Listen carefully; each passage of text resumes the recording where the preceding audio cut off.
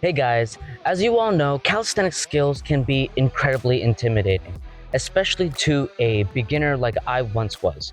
However, there are still plenty of beginner-friendly skills and variants that you can learn from just your bedroom, starting with these 7 skills ranging from easiest to hardest. With the first skill on our list being the frog stand.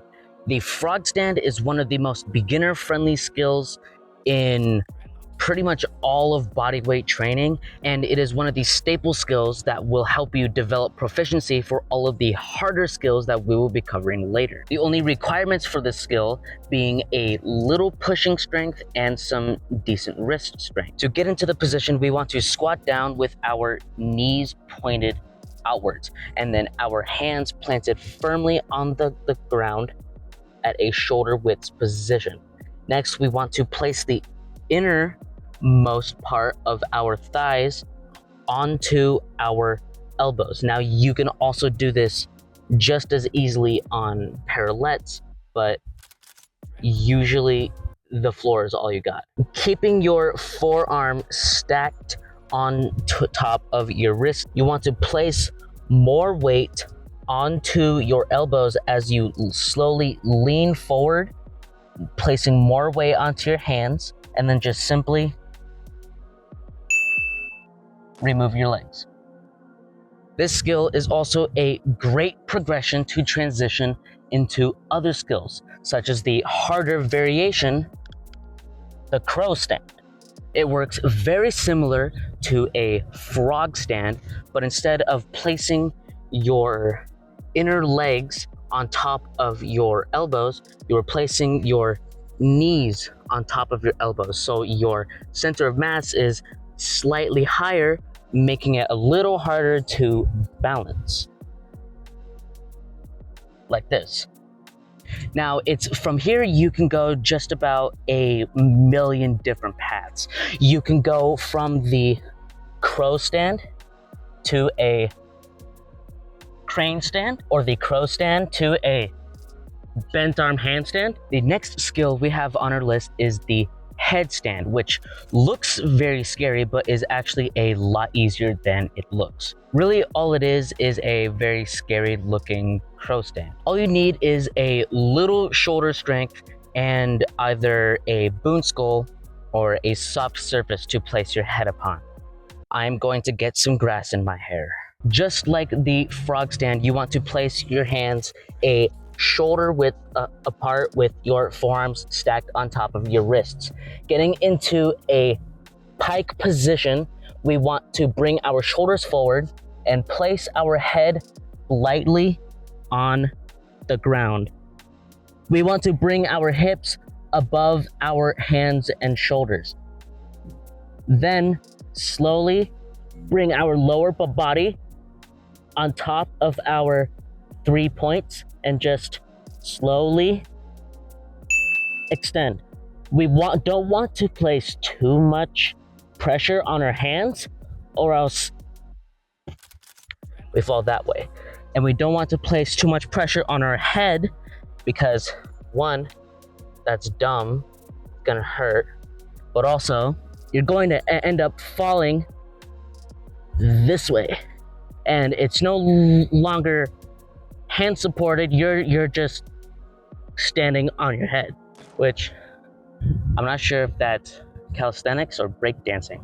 For our next bodyweight skill, we have the L-sit, a pretty simple but cool looking skill that makes you look like you're sitting on air. To perform this skill, you need a decent amount of core strength and endurance, as well as some pushing strength in your arms, scapular control, and leg mobility. If you want to perform this skill easier, you can use some parallettes or some dip bars, or even just a pair of chairs if you're in public.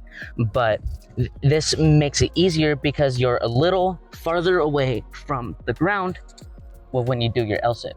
To get into the position, you want your arms just slightly wider than shoulder width, so you're not doing this the entire time, but instead you're a little farther away so you have some room. Then you want to place your shoulders into depression, or pushing your shoulders away from your ears downward. Then straightening your legs, you're going to compress your core and bring your legs up. If you can't do an L-sit yet, there are plenty of different isolation exercises that you can do to help you develop the strength for the L-sit, such as depressions for that scapular control, and even leg raises for the core. The L-sit can transition into so many cool other movements that there's no way you can't learn this skill. Like the invisible chair, I'm not sure what else to call this. An L-sit to bent arm handstand. And for our next trick, we have the pullover, which is probably one of the easiest bar tricks that I know, because really it only takes a little pulling strength, which you can get from some simple pull-ups, and just a little bit of core strength. Let me show you how it works. The dynamics of the pullover are simple. You want to swing your body up and over the bar, but how you do that is the tricky part, because you can do this on a high bar or a low bar like I'm doing it on, but either way the movement pattern is still very similar. There is an easy way and there is a hard way. Let me show you the easy way first. The easy way would first be getting into a L-sit pull-up position, so you are already almost above the bar. Then you are going to swing your legs up towards the sky. But while you swing your legs towards the sky, you're going to use your back to pull your waist up and over the bar. If you have a low bar, you can practice this by using some momentum, by kicking upwards and doing that. Or if you're on a high bar and you can't really use your legs to kick up with momentum, you can just swing up. That was scary. And then there's the harder one, where it's much less of a swing over the bar and more of a inverted L-sit pull-up and then swinging over the bar. First you're hanging on your bar, then you lift your then you lift your legs up into a inverted L-sit. You pull your waist to the bar and then just swing forward. It's a great transition into just about anything straight bar related. The next skill we are going to be learning is the famous elbow lever. Now I'm going to be doing mine on parallettes because I don't feel like doing it on the floor. Sue me. This skill, while being relatively simple, actually takes quite a lot of shoulder strength and wrist strength. Let me show you how it works. Placing both of our parallettes either shoulder width or just less than shoulder width, we are going to try to place our elbows on our lower abdomen, as far down your abdomen as possible. You don't want your elbows way up here in your rib cage. You want it down here, and it'll look something like this. In this position, we are now going to put our shoulders and our wrists forward very slowly. This is slowly going to place more weight in the head side of our lever until eventually our legs just lift off the ground. So if you can't do an elbow lever yet and you just simply don't have the strength, here are some exercises that you can do to build the strength for it. Start off with pike push-ups, pseudo planche leans, and pseudo planche push-ups. If you get really strong in those three movements, you will be elbow levering in no time. Oh shit. For our next skill, we have the bent arm handstand, which requires more strength and control rather than balance, making it actually easier than the handstand if you have the strength for it, because your center of mass is closer to the ground, making it easier to balance. To get into a bent arm handstand, you can either do it two ways, through a transition or a press to bent arm handstand. If you were to press, you would want to get in your pike position like so. Bring your head forward like you would in a headstand. Instead, you're not going to be balancing with your head. You're going to be lifting your legs up into the bent arm handstand like so. Or if you were to do it in a transition, like from L-sit to bent arm handstand, that's gonna look a little more complicated. From your L-sit, you're going to want to bring your legs behind you, bring your head forward, and then slowly rotate your body and then extend your legs. And it'll look something like this. Bro, it is so hot out here, and I literally just trained. If you don't quite yet have the strength and control for the bent arm handstand, here are some exercises that'll help with that. Pike push-ups, again, handstand holds. This one's pretty cool too. And pike push-up levitations.